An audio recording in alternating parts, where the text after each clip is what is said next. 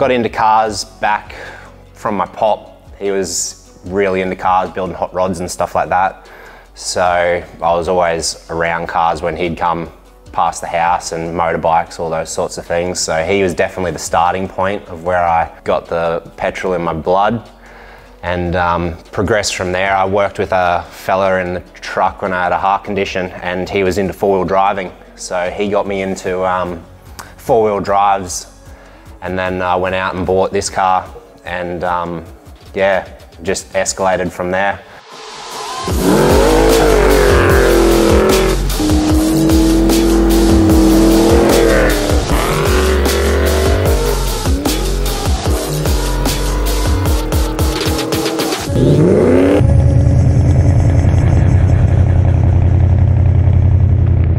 Didn't want a street car, didn't want a race car. I wanted something I could take to the track and then drive it home. I hadn't seen anyone do it before, so we were kind of winging it the whole way, I guess. I was just spitballing ideas, and Brent made it a reality. So then we ended up with this. Like I said, it's a 2009 Toyota Hilux. It's got a SAS front end, 4-link rear, Fox coilovers and triple bypass on all four corners.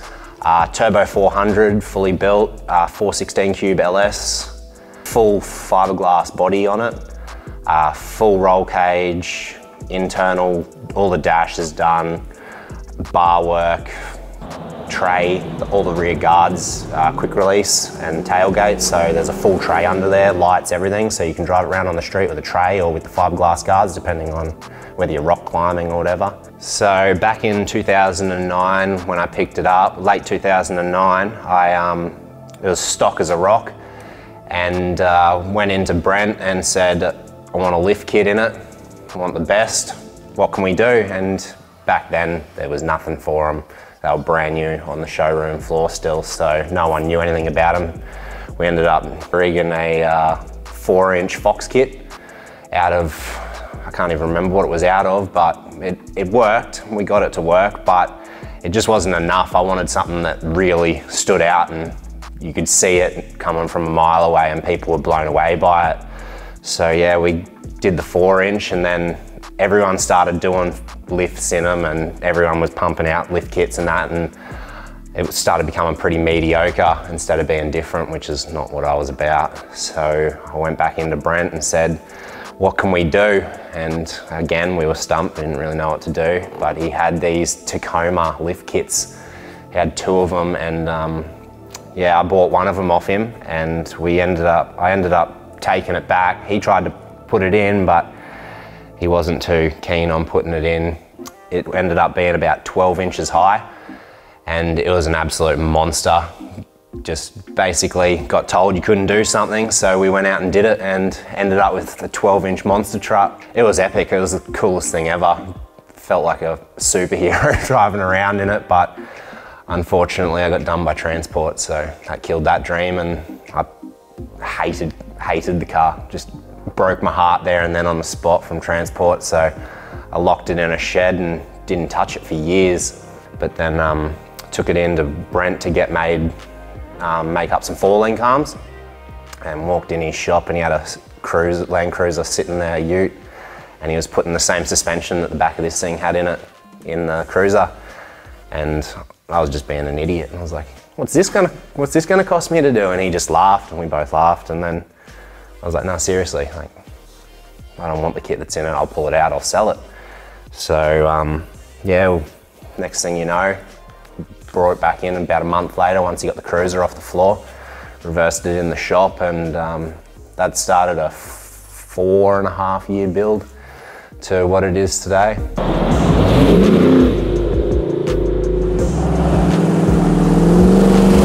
So I've had the car on the road now for about 1.5 years, and I've been out to Land Cruiser Park for one of the Hilux meets last year, and I'm about to head back out there in a fortnight to do it again with all the boys. And then took it out to Power Cruise last year and dropped a lifter, detonated the motor. So that's how I ended up with the stroked LS in it now. I just went to town, and that's about it. It's only got 3,000 Ks on it. I've run 2 motors in on that 3,000 Ks. So I've got about 1,000 Ks of fun Ks on the car. The rest was just running it in and playing with everything and that. So we still haven't set any of the suspension or any of that up yet. It's just literally a driving car at the moment. So we'll slowly finish all the small little bits and pieces and tune the suspension in, and then we'll send it.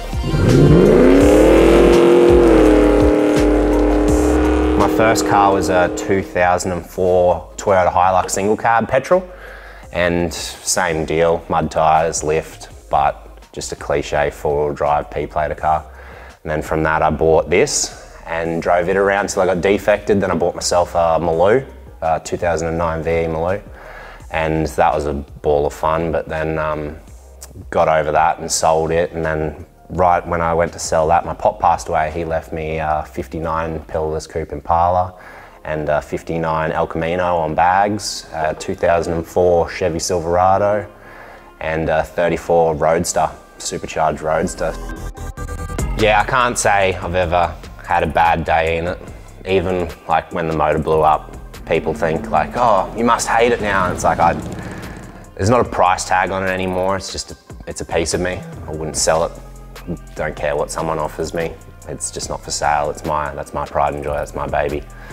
And yeah, every time I start it, it gives me goosebumps.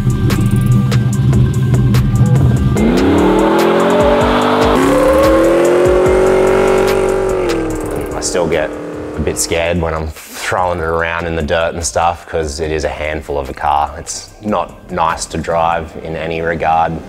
It's close as you're going to get to a race car on the road, that's for sure. It's definitely not built to be a luxurious cruiser, that's for sure.